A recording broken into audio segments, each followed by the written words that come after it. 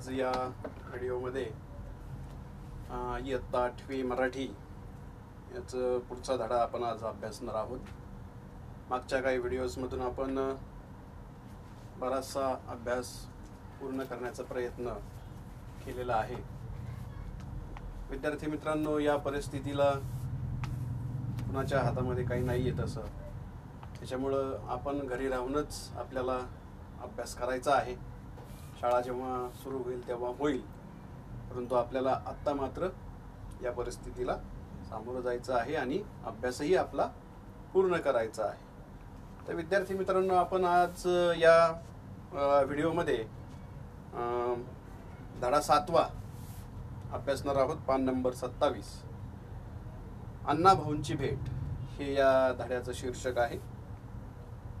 या धड्याचे जे लेखक आहेत विठ्ठल उमप, 1931 ते 2010 अशी ही त्यांची कारकीर्द।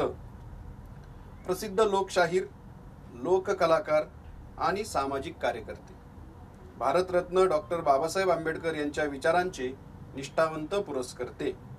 त्यांच्या नावावर 1000हून अधिक लोकगीते आहेत। त्यांनी 10 चित्रपटांमध्येही काम केले आहे।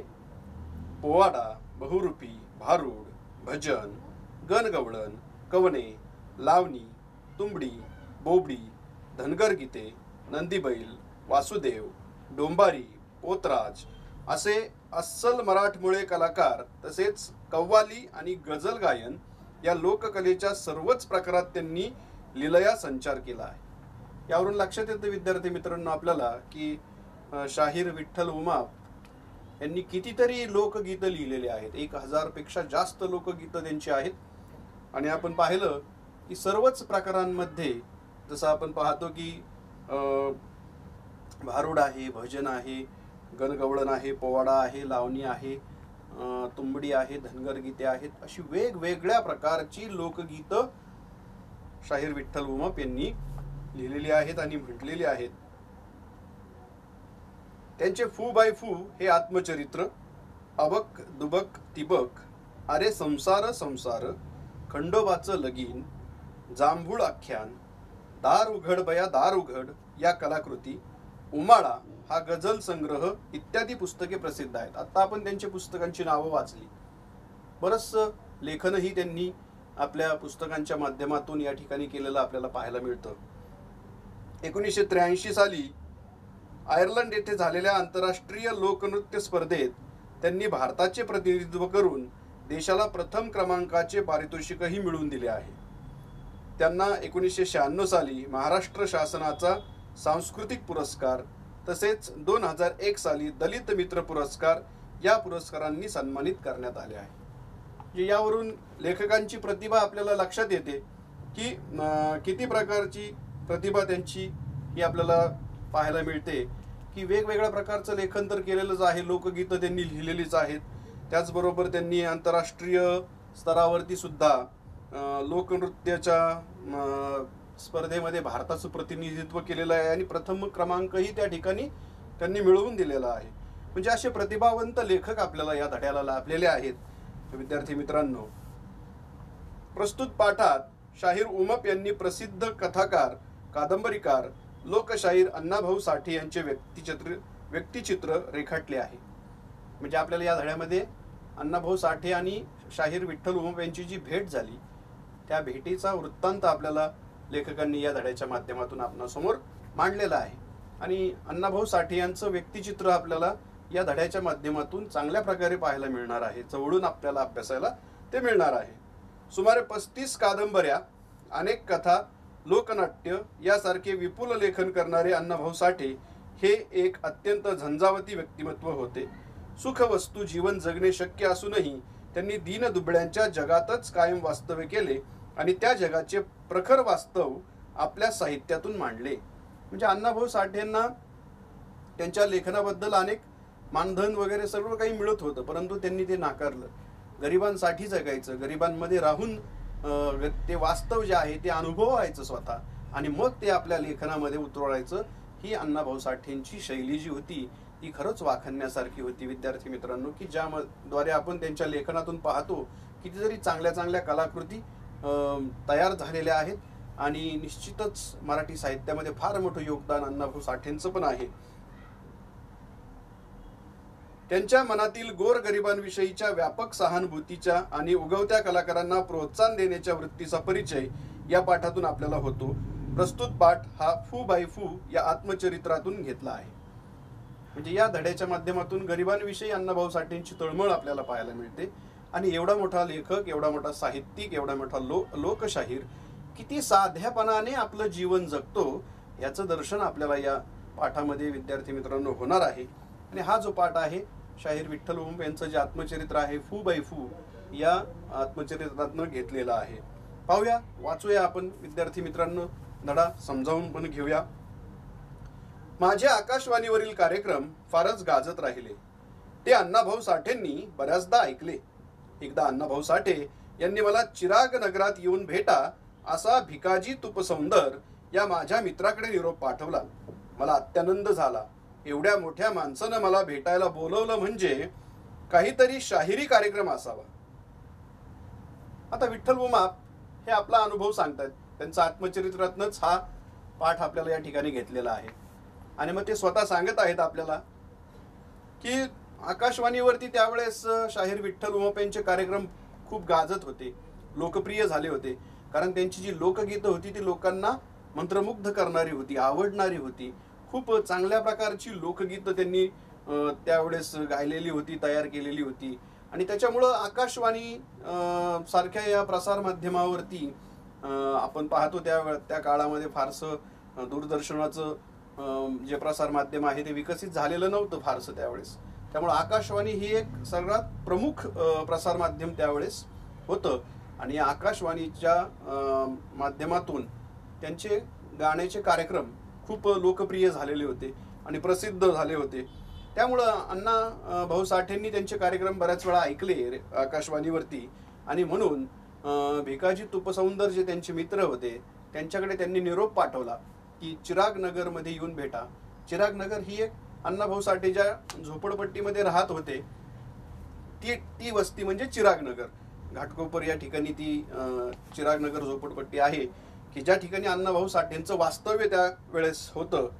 आणि म्हणून मग त्यांनी भिकाजी तुपसौंदर यांच्याकडे तो निरोप पाठवला की चिराग नगरात मला येऊन भेटा. म्हणजे शाहीर विठ्ठल उमाप यांची भेट घ्यायची होती अण्णाभाऊ साठेंना, म्हणून त्यांनी तो निरोप त्यांच्याकडे दिला. आणि विठ्ठल उमाप यांनाही वाटलं की एवढ्या मोठ्या माणसाने आपल्याला बोलवलंय, एवढा मोठा साहित्यिक, एवढा मोठा लोकशाहीर आपल्याला बोलवतो, याचा अर्थ काहीतरी मोठा शाहिरीचा कार्यक्रम असेल, म्हणूनच आपल्याला त्यांनी बोलवलं आहे असं त्यांना मनोमन वाटलं. आणि त्यांना खूप आनंदही झाला त्यावेळेस. मला अत्यानंद झाला. एवढ्या मोठ्या माणसानं मला भेटायला बोलवलं म्हणजे काहीतरी शाहिरी कार्यक्रम असावा. दुसऱ्या सायंकाळी 4च्या सुमारास चिराग नगराची खाच खळग्यांची ओबड धोबड वाट तुडवत अण्णांचं घर विचारत एका झोपड्यापाशी आलो. त्या झोपड्याच्या दारात वलानीला बाळवती सुकत घालत असलेल्या बाईला अण्णाभाऊ साठेंचं घर कोणतं असं म्हणून विचारलं. आणि मग आता एवढ्या मोठ्या माणसांनी बोलवलं म्हटल्यानंतर विठ्ठल उमाप यांना खूप आनंद झाला. आणि दुसऱ्याच दिवशी ते चिराग नगरच्या त्या झोपडपट्टीमध्ये गेले. त्या ठिकाणी जाण्याचा जो रस्ता होता तो ओबड धोबड होता, खास खळग्यांनी भरलेला होता, फारसा काही व्यवस्थित नव्हता. आणि अण्णांचं घर विचारत ते एका झोपड्यापाशी आले.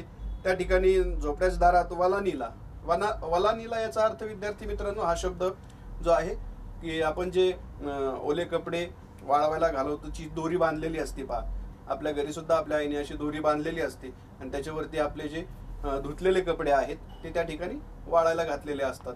तर त्याला ते वलानी असा शब्द प्रयोग या ठिकाणी आलेला आहे. बाळवती सुकत घालत असलेल्या बाईला. आता बाळवती हा एक दुसरा शब्द असा आहे. बाळवती याचा अर्थ काय, तर छोट्या मुलाला जे गुंडाळतात, ज्या कापडामध्ये गुंडाळतात ते जे कापड असतं त्याला बाळवते म्हणतात. आणि मग हे असे बाळवते सुकत असलेल्या त्या दोरीवर टाकलेले वाळवण्यासाठी त्या बाई जवळ ते आले आणि त्यांनी विचारलं अण्णाभाऊ साठेंचं घर कोणतं आहे. ती म्हणाली, ही बघा डाव्या अंगानं असंच मोर जावा, तिथं चहावाल्याचं हॉटेल हाय. अगं त्याच्याच मोरल्या अंगाला विचारा, तिथंच जयवंताबाई राहतीया. आता त्या बाईने आपल्या विशेष अशा या भाषेमध्ये, ग्रामीण भागाचा टच ज्याला असतो आपण, अशी भाषा की त्या भाषेत तिने सांगितलं की त्या ठिकाणीच असंच पुढं जा, चहावाल्याचं एक हॉटेल येईल आणि त्याच्या पुढे गेल्यानंतर विचारा, तिथं जयवंताबाई राहती. त्या भाषेत जसं सांगितलं असंच मोहर, मोहर याचा अर्थ पुढं, पुढं जावा. चहावाल्याचं हॉटेल म्हणजे चहावाल्याचं हॉटेल आहे, त्याच्याच मोहरल्या अंगाला, मोहरल्या अंगाला म्हणजे पुढच्या बाजूला राहतिया याचा अर्थ राहत आहे. मी म्हणालो, अहो ताई, मी अण्णाभाऊ साठेंचं घर विचारतोय. आणि मग तिने सांगितलं की जयवंताबाई तिथंच राहते. आणि मग आता लेखकाला थोडंसं गोंधळल्यासारखं झालं की मी अण्णाभाऊ साठेंचं घर विचारलंय आणि ह्या आपल्याला जयवंताबाईंचा पत्ता सांगतायत. ती म्हणाली, अहो मग मी तेच की सांगतीया, अहो जयवंताबाई हाय ना, ती अण्णांची मालकीन हाय. जावा कडाकडानं, चिराग नगरातली ही वाट सदान कदा चिखला पाण्यात लोळत पडली, कडाकडाने जावा. आणि तिनं पुन्हा आपल्या विशिष्ट भाषाशैलीमध्ये सांगितलं की जयवंताबाई हीच कोण आहे, तर अण्णाभाऊ साठेंची पत्नी आहे. आणि त्यामुळं असंच पुढे जा आणि कडेकडेने जावा, कारण चिराग नगर झोपडपट्टीतली ही जी वाट आहे ती सदान कदा म्हणजे नेहमीच चिखला पाण्यामध्ये लोळलेली पडली. म्हणजे चिखल पाणी त्या ठिकाणी, त्या रस्त्यावरती सगळी चिकचिक झालेली असते. त्याच्यामुळं असं कडेकडेने तुम्ही जावा पुढे, त्या ठिकाणी तुम्हाला अण्णाभाऊ साठे भेटतील. मी पुढे नेमका चहाच्या हॉटेल जवळ गेलो. चहावाल्याला विचारलं, अण्णाभाऊ साठेंचं घर कोणतं? पुन्हा मग सांगितलं होतं की चहाचं हॉटेल लागेल समोर. मग त्या ठिकाणी ते पुढे गेले, तसेच त्या बाईने जसा पत्ता सांगितला त्या पद्धतीने ते पुढे गेले. पुढे गेल्यावर चहावाल्याचं हॉटेल आलं. मग त्या चहावाल्यालाच विचारलं त्यांनी, अण्णाभाऊ साठेंचं घर कोणतं आहे? वो क्या, वो 5वा झोपडा आहे ना, वाच अण्णा राहते. त्यांना दुरून घर दाखवलं. मी झोपड्याच्या दारात जाऊन पोहोचलो. आणि मग विचारल्यानंतर चहावाल्यांनी सुद्धा आपल्या विशिष्ट शैलीमध्ये सांगितलं, वो क्या उधर 5वा झोपडा आहे ना, वोच उधरच अण्णा राहत आहे. म्हणजे इथून पुढे गेल्यानंतर जे 5वी झोपडी लागेल तुम्हाला, त्या ठिकाणी अण्णाभाऊ राहतात, असं त्याने सांगितलं. आणि मग लेखक पुढे निघाले, तर त्यांच्या झोपडीच्या दारात जाऊन ते पोहोचले. दारातून अण्णाभाऊंना हाक मारली. 4.5 फूट उंचीची माझ्यासारखीच काळी सावळी मूर्ती घामेजलेल्या अंगानंच बाहेर आली. अण्णाभाऊंना मी प्रथमच पाहत होतो. त्यांनी मला ओळखलं. तुम्ही विठ्ठल उमाप शाहीर ना? मी होय म्हणालो. या असं म्हणून मला त्यांच्या झोपडीत नेलं. आणि मग आता त्या ठिकाणी गेल्यानंतर शाहीर दारामध्ये पोहोचले, विठ्ठल उमाप लेखक. आणि मग अण्णाभाऊंना आवाज दिला. आता अण्णाभाऊंना त्यांनी आधी पाहिलेलं नव्हतं. अण्णाभाऊ आले बाहेर, त्यावेळेस त्यांनी पाहिलं की 4.5 फूट उंचीची मूर्ती, काळी सावळी. विठ्ठल उमापांनी सांगितलं की माझ्यासारखीच काळी सावळी, अंग घामेजलेलं म्हणजे घाम आलेला संपूर्ण अंगाला. आणि प्रथमच ते अण्णाभाऊंना पाहत होते. पण अण्णाभाऊंनी मात्र विठ्ठल उमाप यांना ओळखलं आणि विचारलं, तुम्हीच विठ्ठल उमाप ना? मग होय म्हटल्यानंतर त्यांनी त्यांच्या झोपडीमध्ये नेलं. अण्णांनी मला मोडक्या बाजावर बसायला सांगितलं. अण्णांनी आपलं मळकं गंजी फ्रॉक, म्हणजे गंजी फ्रॉक याचा अर्थ या ठिकाणी बनियन, घातलं आणि आम्ही बाहेर आलो. मला अण्णाभाऊंचं घर दाखवलं. त्याच चहावाल्याच्या हॉटेलात अण्णांनी चहा दिला. मग अण्णांनी आतमध्ये आल्यावरती एक मोडकी बाज होती. बाज याचा अर्थ जशी आपण घरामध्ये आपला कॉट असतो, पलंग असतो, त्याप्रमाणे बाज असते एक, जी विणलेली असते, तयार केलेली असते. तर ती त्या बाजेवर, मोडक्या बाजेवरती बसायला सांगितलं. म्हणजे यावरून अण्णाभाऊंच्या घरची परिस्थिती विद्यार्थी मित्रांनो आपण लक्षात घ्या की कोणत्या परिस्थितीमध्ये अण्णाभाऊ साठे त्या ठिकाणी राहत होते. झोपडपट्टीमध्ये राहत होते. घरात बोलवलं त्यावेळेस बसायला मोडकी बाज, त्यांनी त्या मोडक्या बाजेवर विठ्ठल उमाप यांना बसायला सांगितलं. अण्णांच्या अंगामध्ये मळकं गंजी फ्रॉक होतं, बनियन होतं. यावरून आपल्याला एक कल्पना येते की किती साधेपणाने अण्णाभाऊ साठे जे होते ते राहत होते त्या ठिकाणी.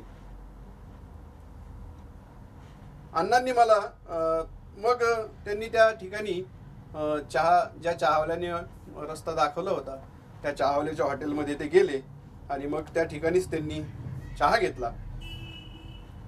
तिथेच त्यांनी शाहीर तुम्ही केव्हापासून गाता वगैरे चौकशी केली. मी मोकळेपणाने पण लाजत बुजत सरळ काही सांगून टाकलं. ऐकून त्यांना खूप बरं वाटलं. आम्ही चहा घेतला. अण्णा म्हणाले तुम्ही फार चांगलं गाता. तुमच्या रचना आकाशवाणीवरून ऐकल्या. तुमच्या बुलंद पहाडी आवाजाने मला मोहून टाकलं.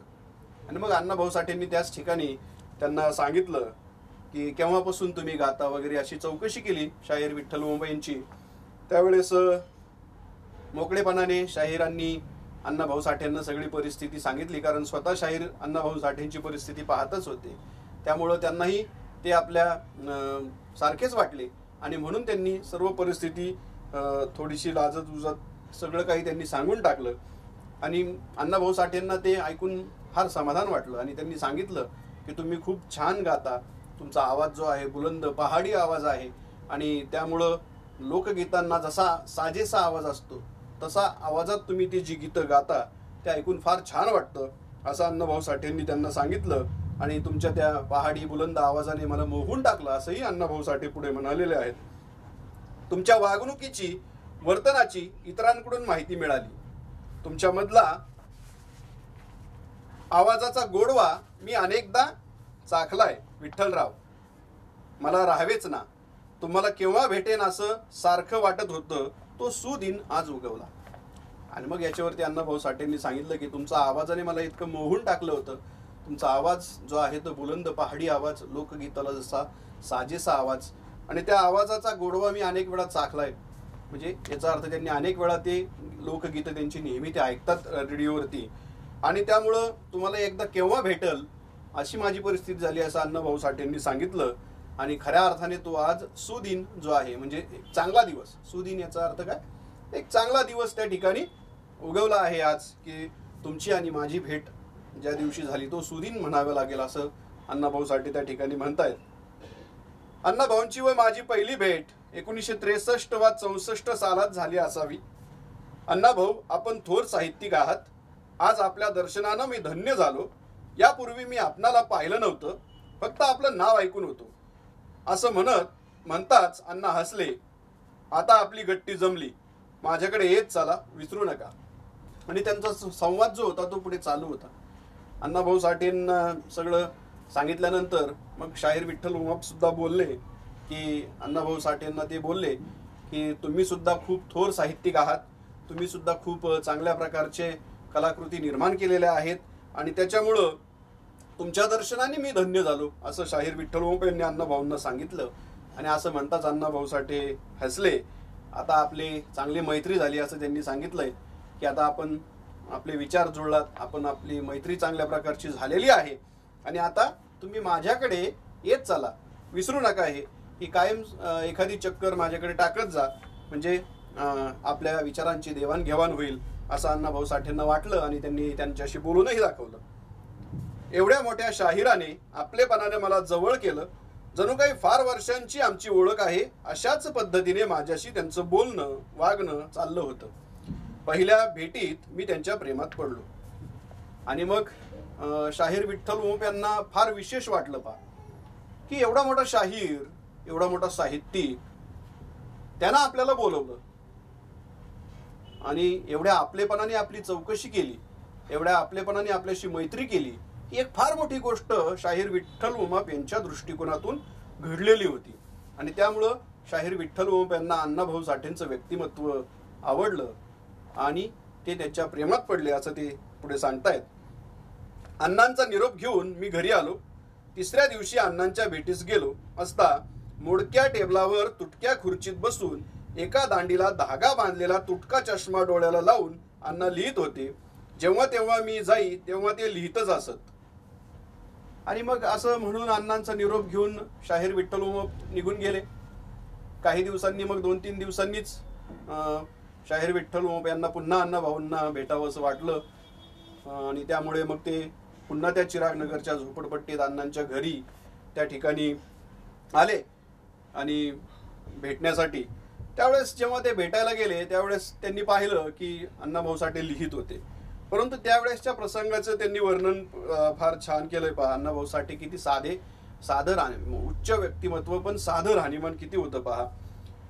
तुटक्या खुर्चीत बसून, मोडका तोडका टेबल होता, खुर्ची ही तुटकी मुटकी होती, चष्म्याला जो असा धागा बांधलेला होता त्याची काडी तुटलेली असल्या कारणानं धागा बांधून त्यांनी तो चष्मा लावलेला होता आणि ते त्यांच्या वहीमध्ये लिहित होते. आणि जेव्हा जेव्हा ते जायचे अण्णाभाऊंना भेटायला तेव्हा ते म्हणायचे की अण्णा काही ना काही लिहित असायचे. 5-1 मिनिटं मी आतल्या एका बाजूला उभं होतो. तिथं पाणी साचलेलं छोटं डबकं होतं. चुलीजवळ साठे वहिनी गालाला हात लावून विचारमग्न बसलेल्या होत्या. त्यांच्याजवळ एक तांब्या, एकच जर्मनचं ताट, एक डेचकी असा संसार तोंड वासून पडलेला. चुलीत अर्धी कोळसा झालेली लाकडं होती. अण्णांच्या वलानीला बऱ्यापैकी एक सदरा लेंगा हँगरला लोंबकळत होता. अण्णांच्या समोर एक पुतळा होता. तो गारकीचाच असावा, कारण मी खूप जणांकडून ऐकलं होतं की अण्णा गारकीला गुरु मानतात, तो त्यांचा आदर्श आहे वगैरे. हे दृश्य पाहत असताना एकाएकी मजकडे अण्णांनी पाहिलं. केव्हा आलात विचारलं. नुकताच आलो असं मी सांगितलं. आणि मग जेव्हा अण्णाभाऊ साठे लिहित होते, त्या लिहिण्याच्या विचारातच ते मग्न होते, तेव्हा विठ्ठल त्यांच्या त्या ठिकाणी येऊन उभे राहिले बाजूला. आणि मग त्यांची नजर त्यांच्या त्या झोपडीवरती पडली असताना जे दृश्य त्यांना पाहायला भेटलं की तिथंच साचलेलं पाण्याचं छोटंसं एक डबकं होतं. त्याच्या पुढेच चुलीजवळ अण्णाभाऊ साठेंच्या पत्नी ज्या होत्या त्या बसलेल्या होत्या, गालाला हात लावून विचारमग्न होत्या. कारण परिस्थिती ही तशीच होती की त्यांच्याजवळ एकच तांब्या होता, एकच जर्मनचं ताट होतं आणि एक डेचकी असं एक गोल उभट भांडं असतं, मोठं तोंड असलेलं गोल उभट भांडं, त्याला डेचकी म्हणतात. तर ते असं एक भांडं त्या ठिकाणी होतं. एवढंच त्या ठिकाणी पाहायला भेटले त्यांना भांडी जी अण्णांच्या त्या झोपडीमध्ये. म्हणजे यावरून अण्णाभाऊ साठेंच्या परिस्थितीची जाणीव आपल्याला विद्यार्थी मित्रांनो होती की आधी आपण पाहिलं की चष्मा सुद्धा त्यांचा तो तुटलेला, दोरीने बांधलेला, टेबल मोडलेला, खुर्ची सुद्धा तुटकीच, बाज जी होती ती बसायला तीही तुटकीच होती, मळकं गंजी फ्राक अण्णाभाऊ साठेंच्या अंगात होतं. त्याचबरोबर एक बऱ्यापैकी सदरा जो होता तो वलानीला म्हणजे त्या वाळू घालायची जी दोरी असते त्यावर लटकवलेला होता, टाकलेला होता. आणि एक लेंगा जो होता तो अडकवलेला होता हँगरला. आणि हे सगळं दृश्य विठ्ठल यांनी पाहिलं. आणि यावरून अण्णाभाऊ साठेंची परिस्थिती, आर्थिक परिस्थिती आपण जर पाहिली तर ती थोडीशी हलाखीची होती. हे या दृश्यावरून आपल्याला विद्यार्थी मित्रांनो समजतं की ते कशा पद्धतीने आपलं जीवन जगत होते. इतक्या गरिबीमध्ये, दारिद्र्यामध्ये आपलं जीवन ते जगत होते. कारण साठे वहिनींना म्हणजे अण्णाभाऊ साठेंच्या पत्नींना सुद्धा तो विचार चालू होता की आता काय करायचं असा विचार करत त्या बसलेल्या होत्या. चुलीत अर्धी कोळसा झालेली लाकडं होती. म्हणजे ह्यावरून ती परिस्थिती सगळी आपल्या लक्षात येते विद्यार्थी मित्रांनो. त्याचबरोबर अण्णाभाऊ साठेंच्या समोर एक पुतळा जो होता तो गारकीचा पुतळा होता असं त्यांनी अंदाज केला. कारण गारकी हा एक रशियन लेखक होता की ज्याला अण्णाभाऊ साठे आपला आदर्श मानत असायचे. आणि असं त्या गारकीचा पुतळा त्या ठिकाणी होता. आणि मग एकाएकी अण्णाभाऊ साठेंची नजर विठ्ठल यांच्याकडे गेली आणि ते म्हणले केव्हा आलात. तेव्हा ते आत्ताच आलो असं त्यांनी सांगितलं. मी चिराग नगरात गेलो नाही तर अण्णा प्रेमानं रागवत. अण्णांना माझ्या विना करमत नसे व मलाही गमत नसे. हळूहळू आमचा घरोबा वाढला. एकदा अण्णांना विचारून त्यांची वही चाळली. त्या 80 पानी वहीमध्ये कुठलंही वाक्य वा कुठलीही ओळ अण्णांनी खोडल्याचं मला दिसलं नाही. आणि मग चिराग नगरात येणं जाणं त्यांचं चालू झालं विठ्ठल उमाप यांचं, शाहिरांचं. अण्णा मग जर आले नाही बरेच दिवस लेखक शाहीर विठ्ठल उमाप, तर अण्णा प्रेमाने त्यांना रागवत सुद्धा असायचे. त्याच्यामुळं दोघांनाही एकमेकांशिवाय करमत नव्हतं. आणि म्हणून त्या दोघांचा घरोबा चांगला वाढला. दोघांची मैत्री चांगल्या प्रकारची जमली. आणि मग एकदा त्यांनी अण्णांची वही जी होती ती चाळली. तर त्या वहीमध्ये 80 पानाची ती वही होती. कुठलंही वाक्य खोडलेलं नव्हतं. एकदा कुठले 2 प्रकाशक आले. त्यांनी अण्णांच्या 80 पानी 2 वह्या घेतल्या. माझ्या समक्ष एक ट्रान्झिस्टर अण्णाला देऊन बरं अण्णा येतो असं म्हणत निघून गेले. अण्णांच्या कथेचं मानधन केवळ एक ट्रान्झिस्टर. मी विचार करतच राहिलो. आणि मग असंच एक दिवस अण्णाभाऊंना हे भेटायला गेलेले असताना शाहीर विठ्ठल उमाप त्या ठिकाणी त्यांच्या समोर 2 प्रकाशक आले. कारण अण्णाभाऊंचं लेखन हे स्वच्छ होतं. आपण पाहिलं, खाडाखोड कुठेही नसायची, पूर्ण विचार करून ते लेखन करायचे. आणि इतक्या छान प्रकारे त्यांचं लेखन ते चाललेलं असायचं आणि व्यवस्थित असायचं की कुठेही खोडलेलं त्यांना अजिबात दिसत नाहीत. आणि मग अशा पद्धतीने त्यांनी जे लेखन केलेलं होतं, ते 2 वह्या, 80 पानाच्या 2 वह्या त्यांच्या ज्या होत्या, ते 2 प्रकाशक त्या ठिकाणी आले. आणि त्या 2 प्रकाशकांनी अण्णाभाऊ साठेंनी जे लिखाण केलेलं होतं त्या 2 वह्या त्यांनी घेतल्या आणि त्याच्या बदल्यामध्ये एक ट्रान्झिस्टर, म्हणजे ज्याला आपण रेडिओ म्हणतो, तर तो ट्रान्झिस्टर रेडिओ त्यांनी अण्णाभाऊ साठेंना दिला. म्हणजे पहा, अण्णाभाऊ साठेंसारख्या प्रतिभावंत लेखकाने जे लिहिलेलं आहे, त्या प्रतिभावंत लेखकाच्या लेखनाची किंमत किती, तर फक्त एक ट्रान्झिस्टर, एक रेडिओ. म्हणजे यावरून अण्णाभाऊ साठे किती साधे व्यक्तिमत्व होते हे आपल्याला लक्षात येतं विद्यार्थी मित्रांनो, की अण्णाभाऊ साठेंच्या कथेचं मानधन किती, तर फक्त एक ट्रान्झिस्टर. असा विचारच करत विठ्ठल उमप राहिले. कधी कधी अण्णाही माझ्या घरी येत. असेच एकदा माझ्या घरी अण्णा जेवायला आले होते. जेवण उरकल्यावर आम्ही गप्पा करत होतो. माझ्या पत्नीला म्हणाले, बाय, मी जर जगलो वाचलोच तर माझ्या विठ्ठलाला मी रशियाला घेऊन जाईन. अण्णांचं बोलणं मध्येच थांबवून मी म्हणालो, अण्णा, मॉस्को शहरात आपल्या कादंबऱ्याच्या तिथल्या भाषेत अनुवाद झालेत असं मी ऐकलंय. अण्णा होय म्हणाले. आणि मग जसे अण्णाभाऊ साठे च्या घरी विठ्ठल उमप येत असायचे, तसेच अण्णाभाऊ साठे सुद्धा विठ्ठल उमप यांच्या घरी जायचे. आणि मग एक दिवशी असेच अण्णाभाऊ साठे विठ्ठल उमप यांच्या घरी गेलेले असताना त्या ठिकाणी मग जेवण वगैरे त्यांनी केलं. जेवण उरकल्यावरती सहज गप्पा मारता मारता अण्णाभाऊ साठे विठ्ठल उमप यांच्या पत्नीला म्हणाले की जर मी जगलो वाचलो तर तुमच्या पतीला, म्हणजे विठ्ठलाला, याचा अर्थ विठ्ठल उमप, तर यांना मी रशियाला नक्की घेऊन जाईल असं त्यांनी त्यावेळेस सांगितलं. परंतु अण्णांचं बोलणं मध्येच थांबवून जेव्हा रशियाचा उल्लेख आला त्यावेळेस विठ्ठल उमप यांनी त्यांना विचारलं की रशियामध्ये तुमच्या लेखनाचे, तुमच्या कथांचे, कादंबऱ्याचे रशियन अनुवाद बऱ्याच कथांचे, कादंबऱ्याचे झालेले आहेत. त्यावेळेस अण्णाभाऊ साठे म्हणले, होय, ते खरं आहे. अण्णा, मॉस्कोमध्ये आपल्या कादंबऱ्याच्या अनुवादांचे अमाप असे मानधन तिथल्या बँकेत आहे असंही म्हणतात. तुम्ही ते मानधन काही करून मिळवा. आणि मग विठ्ठल उमप यांना पुढचा प्रश्न पडला होता की त्यांनी असंही ऐकलं होतं की अण्णाभाऊ साठेंच्या कथांचे, कादंबऱ्याचे अनेक अनुवाद रशियन भाषेत झाले. कारण रशियामध्ये अण्णाभाऊ साठे यांची खूप प्रसिद्ध लेखक म्हणून त्यांची त्या ठिकाणी ख्याती होती, व्याप्ती होती. आणि मग अण्णाभाऊ साठेंचं त्या कथेंच्या बदल्यात मिळणारं जे मानधन होतं ते तिथल्याच एका बँकेमध्ये बरेच दिवस पडून होतं असं विठ्ठल उमप यांनी ऐकलं होतं. त्यावेळेस ते म्हटले की तुम्ही काही करून ते मानधन मिळवा.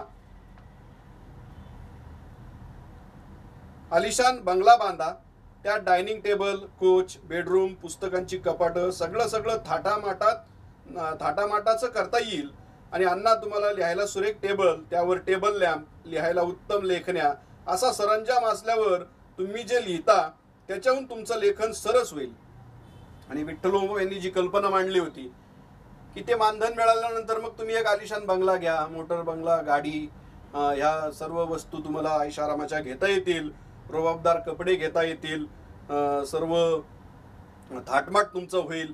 एक चांगला टेबल लिखाणासाठी, खुर्ची, टेबल, त्याचबरोबर टेबल लॅम्प, लिहायला उत्तम लेखण्या, असा सरंजाम असल्यावर तुमचं लेखन आणखीन चांगलं होईल असं ते विठ्ठल उमप अण्णाभाऊ साठेंना म्हटले.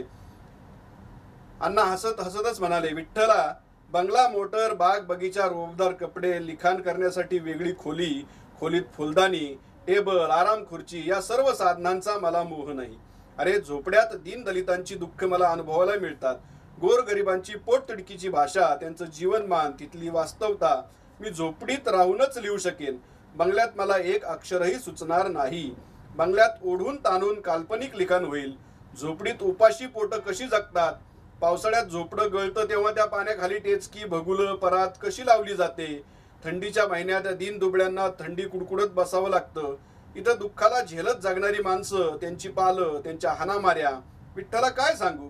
अरे, वास्तवाने ओतप्रोत भरलेले या दुबळ्या जगाचं साहित्य मला बंगल्यात बसून लिहिता येणार नाही. त्यावेळेस विठ्ठल उमपच्या या कल्पनेवरती अण्णाभाऊ साठेंनी सांगितलं की, हसत सांगितलं की, विठ्ठला, बंगला, मोटर, बाग बगीचा, रुबाबदार कपडे, लिखाण करण्यासाठी वेगळी खोली, हे आराम सगळ्या गोष्टी ज्या आहेत त्या मला त्याच्यावरून मला लेखन त्यामध्ये करता येणार नाही असं त्यांनी सांगितलं. कारण झोपडपट्टीमध्ये दीन दलितांच्या सोबत राहण्यामध्ये त्यांचं दुःख समजून घेण्याची जी मानसिकता असते ती मानसिकता त्यांना त्या ठिकाणी त्या झोपडपट्टीमध्ये अनुभवायला मिळते. बंगल्यामध्ये मला एक अक्षरही सुचणार नाही असं त्यांनी सांगितलं. कारण जे प्रत्यक्ष अनुभव त्या झोपडपट्टीमध्ये गरीब दीन दलित जे घेत होते की जेव्हा उपाशी पोटाने कसं लोक जगतात, किंवा पावसाळ्यामध्ये जेव्हा ते झोपडी गळत असते तेव्हा भगुलं म्हणजे पातेलं ज्याला म्हणतो आपण, परात, हे कसं लावलं जातं त्या ठिकाणी. त्याचबरोबर तिथल्या माणसांचं दुःख, दिनदुबळीत थंडीत कुडकुडत त्यांना कधी कधी बसावं लागतं. ह्या सगळे जे अनुभव आहेत ते प्रत्यक्ष मला या झोपडपट्टीमध्येच अनुभवायला मिळतील. मग त्या माणसांचे जे भावना आहेत, त्यांचं जे जीवन आहे, ते आपलं जीवन कसं जगतात, ते सत्य वास्तव ते त्यांना तिथून पाहायला मिळतं. त्यांच्या हाणामाऱ्या कितीतरी काय सांगू विठ्ठला असं ते म्हणत होते की हे सगळं मला या झोपडपट्टीमध्ये अनुभवायला मिळतं. आणि तेच मी माझ्या लेखनामध्ये सत्य जे असतं, वास्तव जे असतं ते मी लिहितो. म्हणून माझं लेखन चांगल्यापैकी प्रभावी होतं असं त्यांनी सांगितलं. माझ्या कादंबऱ्याचं मानधन मॉस्कोतच राहू दे, त्या संपत्तीने मी बिघडून जाईल, गरिबीला विसरून जाईल, सत्य लेखनाला पारखा होईल, म्हणून मला ते मानधन नको. आणि म्हणून त्यांनी ते स्पष्ट शब्दात विठ्ठल ओंकारांना सांगितलं की ते मानधन मला नको, ते मॉस्कोमध्येच राहू दे. कारण ते मानधन जर मला मिळालं तर मी बिघडून जाईल, गरिबांपासून दूर जाईल, गरिबीचं वास्तव मला समजणार नाही, या दीनदलितांच्या भावना मला समजणार नाहीत. आणि मग ते वास्तव मला जाणून घ्यायचं म्हणून मी या ठिकाणी राहतो. त्यामुळं मी गरिबीला विसरायचं नाही, मला गरिबी मला कायमस्वरूपी लक्षात ठेवायची आहे. आणि माझ्या सत्य लिखाणाला मी पारखा होईल की जी मी माझ्या लिखाणामध्ये सत्य जे वास्तव जे असतं ते मला या ठिकाणी अनुभवायला मिळतं. असं लिखाण मला त्या ठिकाणी त्याला मी पारखा होईल, म्हणून मला ते मानधन नको असं स्पष्ट शब्दात शाहीर विठ्ठल ओंपांना अण्णाभाऊ साठेंनी सांगितलं. म्हणजे विद्यार्थी मित्रांनो, यावरून अण्णाभाऊ साठेंचं व्यक्तिमत्व आपल्याला लक्षात येतं की कशा पद्धतीचे अण्णाभाऊ साठे हे आपलं जीवन जगत होते, वास्तवात जगत होते. वास्तविक पाहता ते आलिशान बंगल्यात राहू शकले असते. गाडी, मोटर, बंगला, नोकर चाकर, आलिशान, रुबाबदार, थाटमाट, चांगले राहायला कपडे, असं संपूर्ण जीवन, ते चांगल्या प्रकारचं जीवन त्यांना जगता आलं असतं. परंतु त्यांनी आपलं जे मूळ परिस्थिती आहे ती त्यांनी सोडली नाही.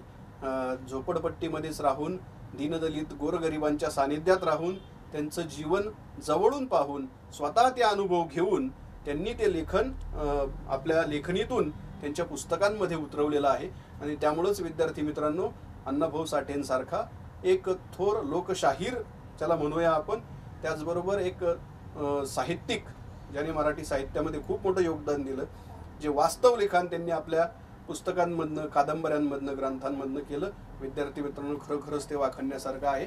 अशा या थोर कलावंताला, थोर लोकशाहिराला आपण सर्वजण कोटी कोटी प्रणाम करूया विद्यार्थी मित्रांनो.